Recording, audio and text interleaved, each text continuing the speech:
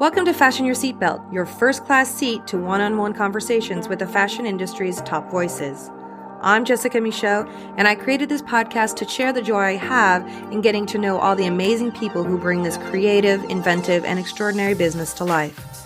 You'll get to hear the cadence of their voices, the sound of their laughter, and feel firsthand how passionate they are about what they do.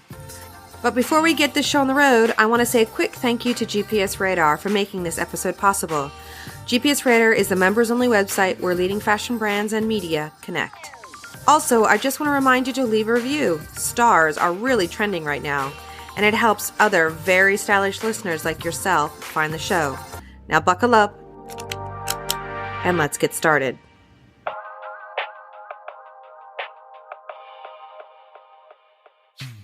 This year marks the 20th anniversary of Angela Missoni's reign as the head of the family-owned Missoni fashion house. During those 2 decades, she has proven over and over again that there is always room for creativity, even within the confines of a house that has such an iconic DNA. In the case of Missoni, it's the brand's hallmark colorful knitwear in zigzaggy shades that have become the upbeat foundation for countless collections, each one a masterclass in color blending, knitwear innovation, and feel-good fashion. Speaking from first-hand experience, having attended pretty much every single show that Angela Missoni has done over the past 2 decades, I can attest to the fact that she has been incredibly agile and adept at adapting the signature style of the house to the ever-evolving fashion tastes. But what I appreciate even more is how this matriarchal brand, founded by Angela's mother and father, Rosita and Ottavio, has flourished in her hands, and how her own children have also joined the family company, bringing with them the knowledge of a generation of digital natives that are helping bring the brand's message to a crop of new customers. Angela has also become something of an activist and has focused her energies on finding ways, including her own Missoni take on the pussy hat revolution, to empower women, something that in today's climate is resonating even more profoundly than ever. I spoke with Angela at the Missoni headquarters in Milan as she was in full swing preparing her commemorative 20th anniversary show. It was a time for reflection for the designer, where she took stock of everything she has accomplished so far, but also a moment for making plans and getting clear about what she wants to do next. So first question, were you surprised? Did it kind of come at you like a surprise? All of a sudden, it's been 20 years? Yes. Actually, it's like maybe one and a half year ago. Mm-hmm. I started 2 years ago. I started realizing that I was getting closer to my 20th. During those years, I never went and looked back in the archives to find inspiration because I knew the archives by heart, my family, my parents' archives by heart. So I might have asked something precise in a certain moment because it was a mood and I remember something. So talking with my team, which is a very small team, and I said, oh my God, 20 years. And they started saying, okay, but so this means we need to get a research on your 20 years from Missoni. What's about? And oh my God, what annoying, right? Sometimes you think, you're like, do I really want to look back? No, yes, because those are things you know by heart and you've done them. But did you have any surprises when you were looking back through your work? Yes, because I let them go and look in my archive. Okay. And so I was like, to see the enthusiasm with which they had on looking at certain things, and it gave me a real inspiration to work on those themes or pieces so no, I'm happy that my work can still enhance enthusiasm in other. So this collection then that we'll see in September, the one that is it going to be then like a greatest hits, or is it going to be reinterpreting the past, or was that just a walk down memory lane with your team? I think it's as it's always been for me. When you were younger, did you want to go and do something else? Did you want to be a fire engine? Did you ever want to be a cook? Or did you ever want to be a cook? Did you ever want to be a dentist? I don't know. Honestly, when I was a kid, I never thought about working in fashion or working at the company. In fact, I was always present, always in terms that at any kind of event, or either because my mom would take me with her because I'm the younger, so not to leave me at home alone, or because events would be in Milan, or so I witnessed every single show. I have a memory in fashion history which is much older than my age. I've seen Palazzo Pitti. I've seen shows in Palazzo Pitti, right? Okay. I remember at least 3 generations of fashion reporters. Did your kids do the same thing where they're coming in and started working to get some pocket money and now they're kind of also in the company as well? Is the idea to have it be always within the family? Maybe I know that the girls are very passionate for fashion. I know Margherita had this charisma. She had her own sense of style. Yes. And Teresa has a lot of passion for She fashion studied too. on fashion. She studied fashion, but she was designing. Really, she was doing her T-shirt, or she was doing stuff since very young. She does her own clothes. She does her own dresses. So Margherita did work with me for a few years. Yeah. Now I think she has 2 kids, 2 years old and 3 years old. She's very busy. And she started their own children's line. Yeah, exactly. which is great. And I'm happy for her to have this experience.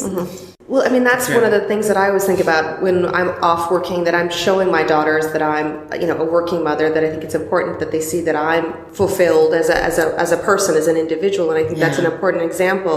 How did you balance work life and the life of the family? I think I'm very lucky, and I need really the big gift that I got from my parents, beside inherited an amazing business, a very interesting job, and this passion that I had inherited from my mom also for fashion. The other big gift was that they decided to build a factory, the Missoni compound, the atelier, the factory in a place they would have loved to live. So they were at the end of the 60s, when everybody were building factories in Milano. They decided to build a factory in the middle of the country, up on a hill with a view of the mountain, in a place someone else would have built a villa. And then they built a family house nearby.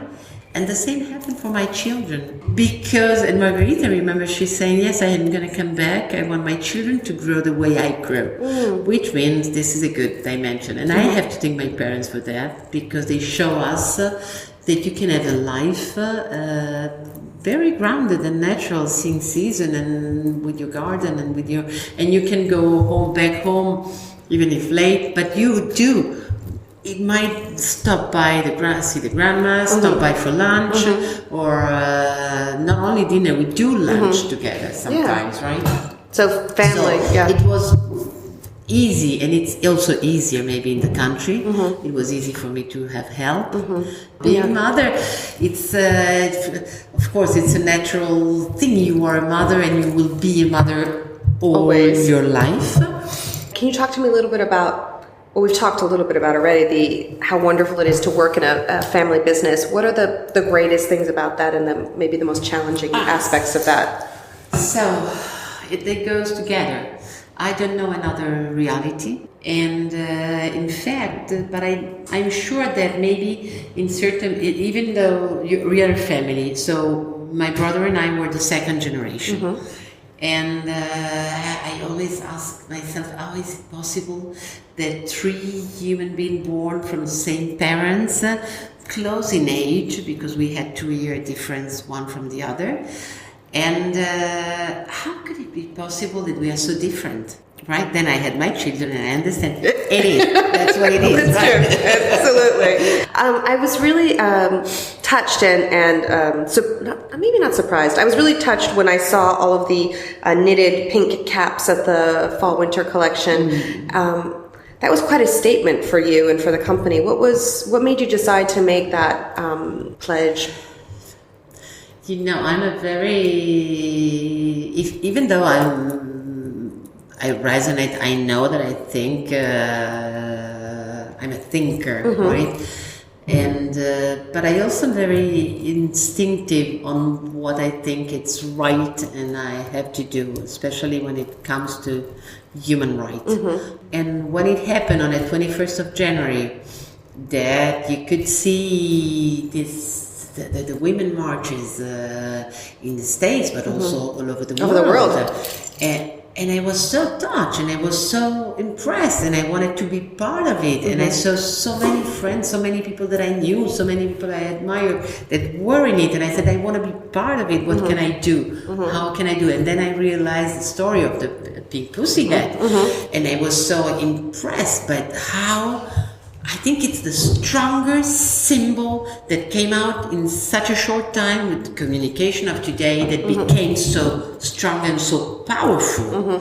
I started inquiring 2 days after. I started, what can I do? What can I do? Maybe I'm gonna give out to all the show. At the show, all those pussycat. And I can tell you that producing 1,500 pink pussycat in 4 weeks from scratch, it's not an obvious thing, even for a knitter, for a factory. But the reaction was so great. I remember the advertisements afterwards on Instagram. You had so many different people wearing the hats and taking photos of them with the hats. That must have been an amazing feeling for you. Yeah, because I'm happy that I gave the chance to those people also to be part of it. And I just wanted to be part of it and give the opportunity to other people to be together. And I'm happy that all the models and the girls, but it all came piece by piece. I don't do rehearsals, so it grew day by day. I'm happy that so many designers join us on the stage. Looking over the 20 years, what has been the biggest change for you? Where have you seen the most shift in what your work in your life? Of course, in communication. Today, I spend 35% of the time on communication. It is a non-stop job. But those were little things compared to what you can do today. This will change the way you're seeing things, the way we are producing, the way we are presenting men and women. Now I'm putting together men and women because I want to be sure that when women will go on the same path and being on the same wavelength, and I need to be sure what I'm communicating. Have you ever just wanted to do a minimalist, no pattern, no nothing collection? Has that ever been something, or you just, your life is color and that's how it is? That's that. My life has always been in color. But when I started my first line as Angela Missoni, my goal was to exploit yarns. So I started for 3 collections. I was exploiting only solids, shapes, and stitches and relief. And little by little, I was adding pattern. At the end of my, I think, 4th show, my mom came to me at that when she asked me if I felt ready to do the main line. And I said, I've never thought about it. And then she said, what you're doing is what I would like Missoni to be today. Oh, that must have been wonderful to hear. Okay, so now is the time for the 5 generic fashion questions that I ask all of the people I interview for the podcast. So, what is the most treasured piece of clothing that you own?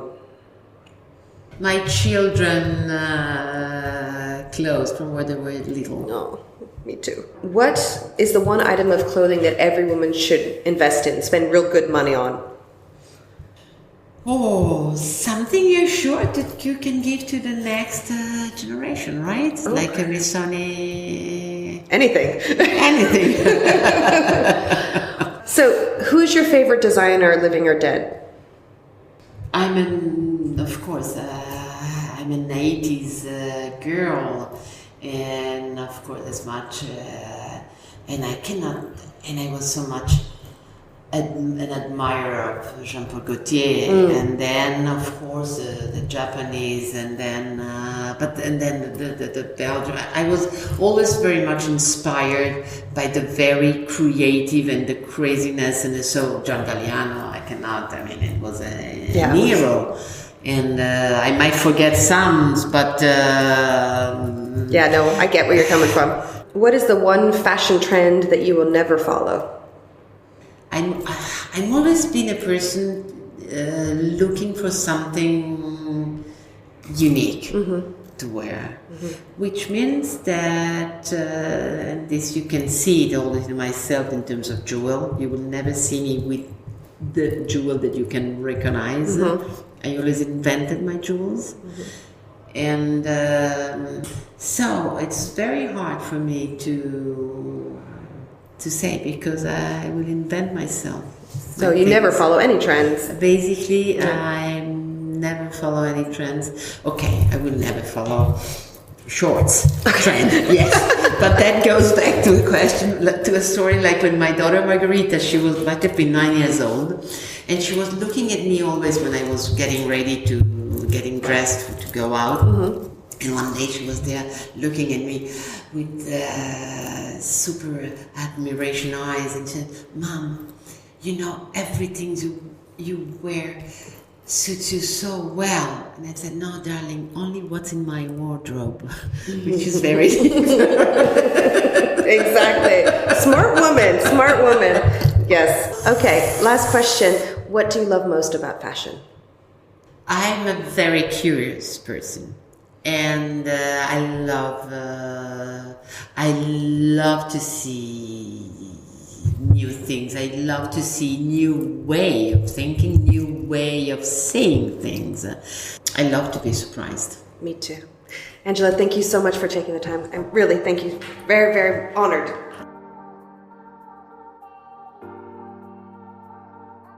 Don't want to miss an episode of Fashion Your Seatbelt? No problem. Just go to iTunes or wherever you download your podcasts and click on the subscribe button. Then every new episode will drop into your feed automatically. No fuss, no muss.